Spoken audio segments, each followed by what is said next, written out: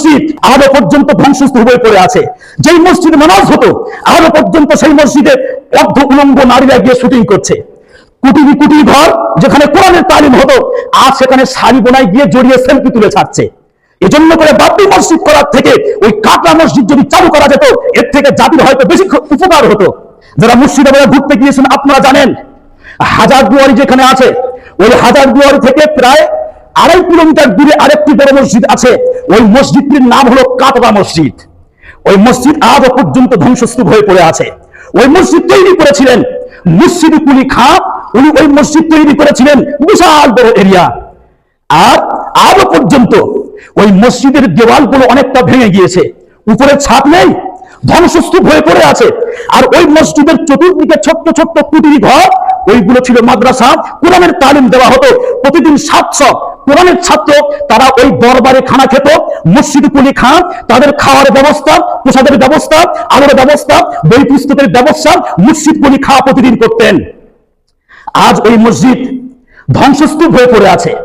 বাদশা যখন ওই মসজিদ তৈরি করেন মুর্শিদ কুলি খাঁ, তখন ওই মসজিদে প্রবেশ করার জন্য যে গেট উনি তৈরি করেছিলেন গেটটা ছিল উত্তর দিকে। উত্তর দিকে গেট কেন করলেন?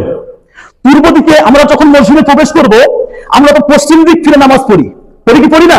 তো পশ্চিম দিক ফিরে যখন নামাজ পড়বো তো উত্তর যদি পূর্ব দিকে যদি গেটটা হতো, গেট থেকে প্রবেশ করলাম, পশ্চিম দিক ফিরে নামাজ পড়লাম। কিন্তু বাদশা পূর্ব দিকে গেট না করে উনি উত্তর সাইডে গেটটা করেছেন। পূর্ব দিকে কি জায়গা ছিল না? জায়গা ছিল। তবে উত্তর দিকে গেট করার রহস্য কি আছে? রহস্য হলো এটাই, মসজিদটা বানিয়েছিলেন উঁচু আর ঝুলন্ত সিঁড়ি। বাদশা যতদিন বেঁচে ছিলেন মুর্শিদ কুলি খাঁ, উনি ওই ঝুলন্ত সিঁড়ির নিচে নিজের জীবদ্দশায় উনি নিজের জন্য কবর তৈরি করেছিলেন। নিজের হাতে উনি নিজের জীবিত অবস্থায় কবর তৈরি করেছেন এবং ওসিয়াত করে গিয়েছেন, হে আমার ভক্তরা, আমি যেদিন মারা যাব আমি নিজের হাতে এই যে কবর আমি তৈরি করেছি এই কবরে যেন আমাকে শায়িত করা হয়, এই কবরে যেন আমাকে দাফন করা হয়। যখন আমরা কবরের লাশ যখন শায়িত করি, শুইয়ে রাখি, তখন মাথা থাকে উত্তর দিকে আর পা থাকে দক্ষিণ দিকে। ঠিক বলছি তো নাকি? তো বাদশা বলছেন আমি উত্তর দিকে আমি গেট তৈরি করেছি এজন্য করে, কবর যখন আমি তৈরি করেছি আমার মাথা থাকবে উত্তর দিকে, আমার পা থাকবে দক্ষিণ দিকে। তাহলে একজন মুসল্লি যখন ওই গেট দিয়ে সিঁড়ি পথ দিয়ে যখন মসজিদে আসবে, ওই সিঁড়ির প্রথম ধাপে যখন পা দেবে তখন ওই মুসল্লির পা উঠবে মুর্শিদ কুলি খাঁর মাথার উপরে পা পড়বে। একটা দুটো তিনটে ধাপে ধাপে যখন আসবে ওই বাদশা মুর্শিদ কুলি খাঁর পুরো বডির উপর থেকে হেঁটে হেঁটে বাদশার পা শেষ আর মসজিদ শুরু।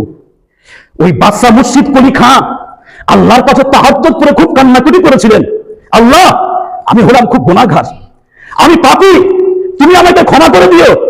তবে জান্নাতে যাওয়ার জন্য আমার কাছে কোনো পুঁজি নেই, একটা মাত্র পুঁজি আমার কাছে আছে, সেটা হলো আমি ওই মসজিদ তৈরি করে মসজিদের মুসল্লি যেখান থেকে প্রবেশ করবে তারা সর্বপ্রথম আমার মাথার উপরে পা রেখে যেন এই মসজিদে প্রবেশ করে, ওই মুসল্লিদের পায়ের ওসিলা করে আল্লাহ তুমি আমাকে ক্ষমা করে দিও। তার উদ্দেশ্য ছিল এটাই। এজন্য করে উত্তর দিকে সিঁড়ি করে আর কবরের নিচে তিনি আজও পর্যন্ত শুয়ে আছেন। আপনারা গেলে দেখবেন আজও পর্যন্ত মাটির কবর, উটের কোহানের মতো এইরকম ভাবে কবর সেখানে তৈরি করা আছে।